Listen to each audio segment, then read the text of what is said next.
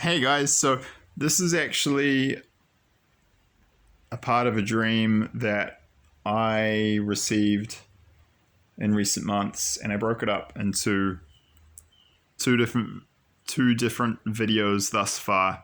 I've put the links in the description box below so you can go watch them in sequence. So the first part was the video I posted about how you need to get above a line that is 16 meters above sea level around the edge of Wellington Harbour in order to be safe from the tsunamis that will devastate Wellington and Wellington Harbour in the aftermath of one of these megaquake swarm earthquakes. I got shown, I've detailed this in previous videos, that when this event happens, there's going to be 4 big megaquakes happening at once. 2 off the east coast of New Zealand, and then 2 in the Tasman Sea. So there'll be tsunamis hitting New Zealand and Australia. So the one closest to Wellington is going to happen on the Hikurangi subduction zone. And then, there'll be these huge tsunamis coming in. So I've had many dreams about those tsunamis. That was just another one. And then there's that part of the dream. And the next part of the dream was about that horrible civilian massacre of New Zealanders on that bus. I've put the link to that video I did about that in the description box below for ease of reference for you guys. So this was also in that dream, but I wanted to do a separate video for it because it's kind of like a separate topic. It was also just too much to cover in one video. So I'll just pick up where I left off at the end of that horrible civilian massacre dream where we'd all been shot in the head in that bus that was about 50 or 60 meters. It's like 150 feet above sea level on the side of a steep hillside, which is covered in secondary, or that's regrowth native forest. So native forest that's slowly regenerating after they cut down all the primary that is old growth temperate native rainforest around Wellington in the early 19th century when New Zealand was colonized by people from Europe, mostly from England, including my ancestors. And there's not much left. So there was a little bit left of old growth forest on the hill slopes facing the harbour. And actually, there's one place in Days Bay, which is just around the corner from Eastbourne where I grew up. And it's one of only 2 places on the entire North Island where you can find primary that is old growth forest that's never been cut, that comes down basically to the sea. It's absolutely magical. That's such a beautiful place. I mean, can't think of many other countries in the world where you can be in a forest that feels like it's got elves and fairies in it, and trees that are like, you can literally there's a place there, you can go out to the top of a hill and there'll be trees 2.5 meters wide that are like 500 years old, covered in orchids and epiphytes and like lilies and vines. It's just like something out of the Amazon, but in New Zealand. And you can see skyscrapers and the Parliament buildings on the other side of Wellington Harbour. So, and New Zealand's amazing. The nature's amazing, but the society is hell. Anyway, and here we go. Here's some more hellish stuff. So it was weird, the contrast, because even just so so I'll pick up where I left off. We're beside this bus where this massacre just happened. As I said, 50 to 60 meters, 150 feet above sea level, in this area where the forest is regenerating on. This is on a track that we call it the bus barn track. It's part of a network of hiking trails that. How would I put it? It's part of a network of hiking trails. We call them tracks or tramping tracks in New Zealand. Well, we call them tracks. We call hiking tramping in New Zealand. Don't know why. There it is. So it's a 2,000 hectare, that's 5,000 acre block of native temperate rainforest. 80% of it is old growth.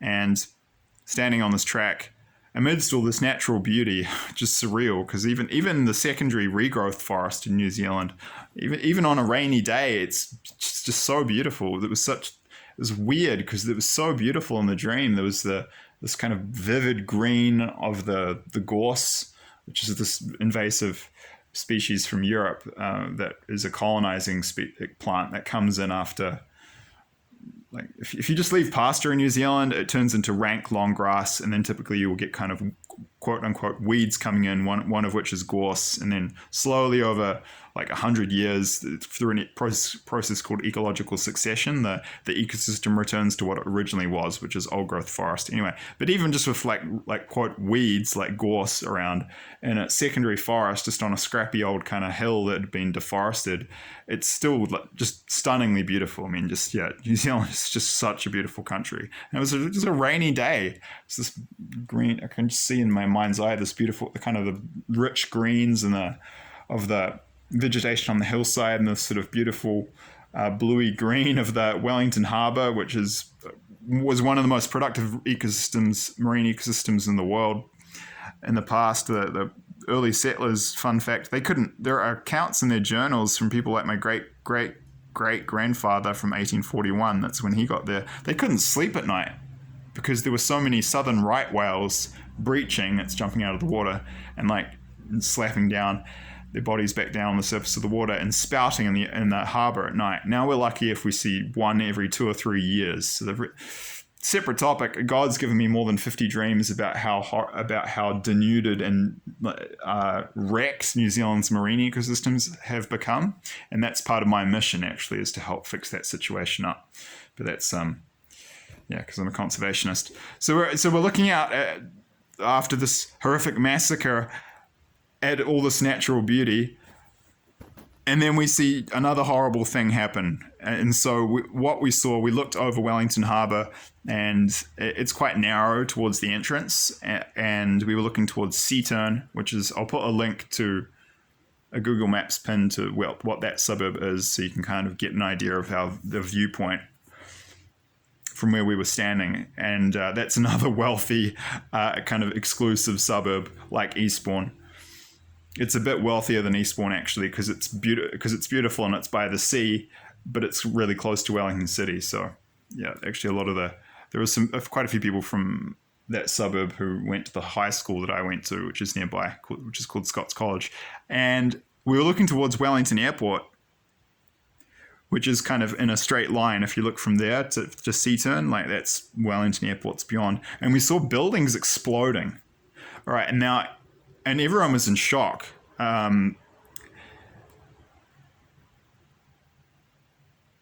do I explain this?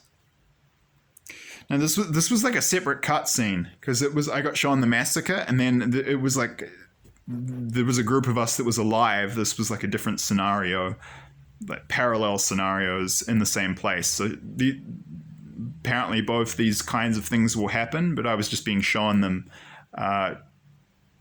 happening in the same location. So it won't necessarily be that they'll be blowing up buildings in that part of Wellington, though I think they will. But the civilian massacre, that I described on the bus on the hill there, that was symbolic. That won't happen there. But those kinds of civilian massacres will happen in New Zealand, so that was symbolic. So yeah, the scene kind of after that civilian massacre, there was this kind of parallel timeline where there was a whole bunch of us. Correction, we were alive and we were watching us. These buildings were blowing up, and they were around Wellington Airport, and these explosions, and everyone was confused. We were like, WTF, because in this parallel kind of timeline version of the dream, this was peacetime. But what the Holy Spirit downloaded me with is that these were Chinese soldier spies who had been implanted in New Zealand. They had been here for years, and they were blowing up buildings and they were killing people. And this is a confirmation of a dream that a woman named Katie Humphries had. She on her channel, which is called A Voice to the Nations. I'll put a link to the video in which she specifically mentions this. She was told by God that China has between 3,500 to 6,000 soldier spies in New Zealand, and the New Zealand government's so naive and kind of lacking in integrity and clueless because they're so corrupt.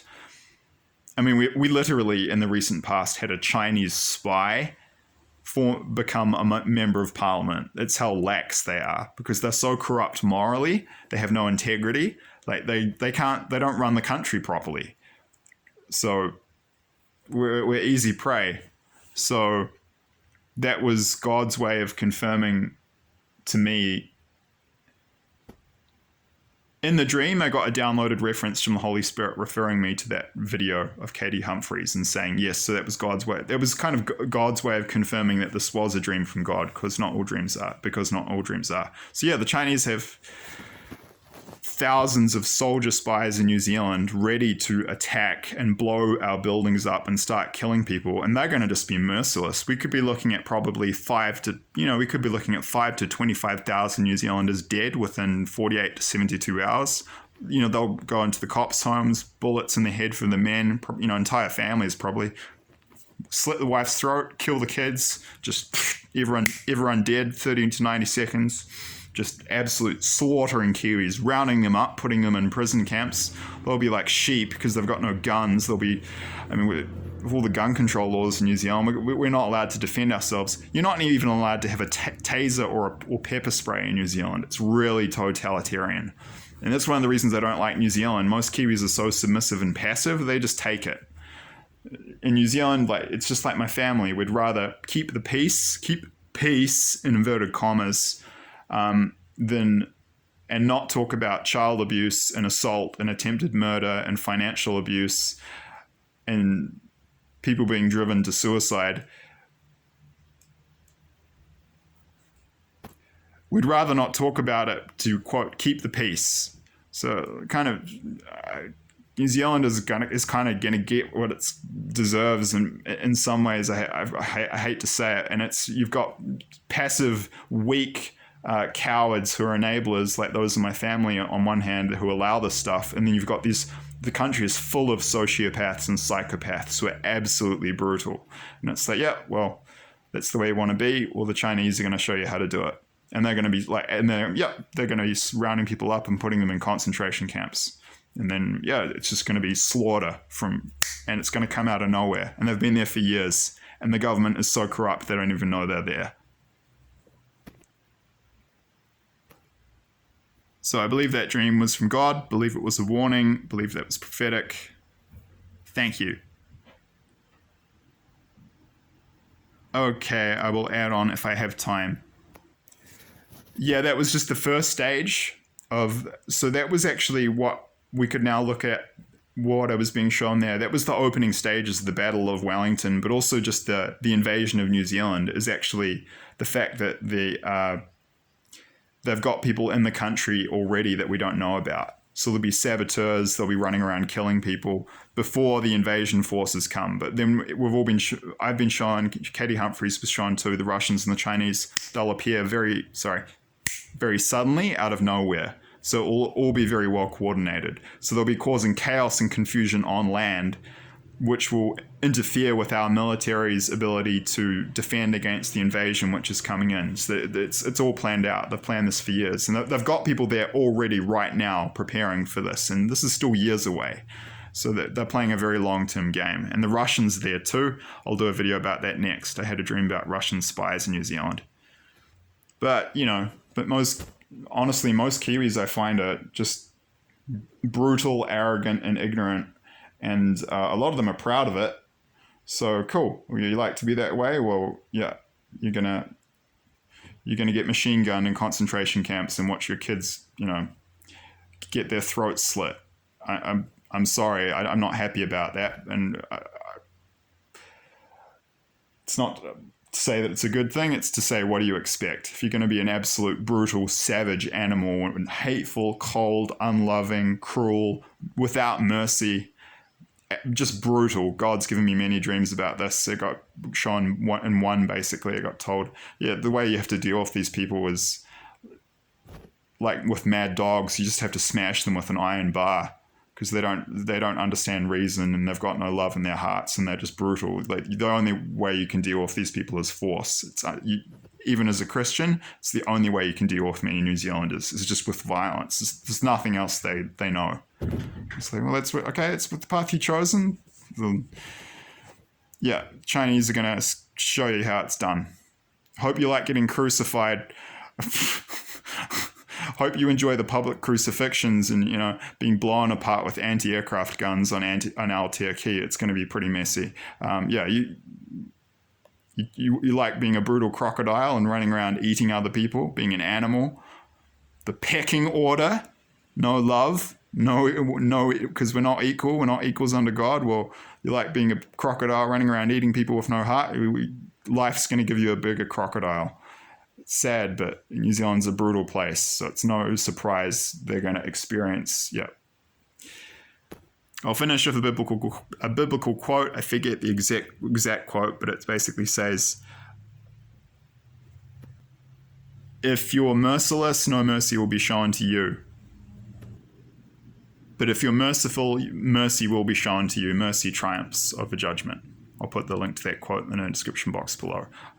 Sorry to say all these horrible things about New Zealand, but it's just the truth. It's the country is hell on earth right now, the society. And at this point, an invasion by Russia, China, and North Korea, and Russian nuclear weapons glassing many of New Zealand's cities, it's honestly going to be a big improvement.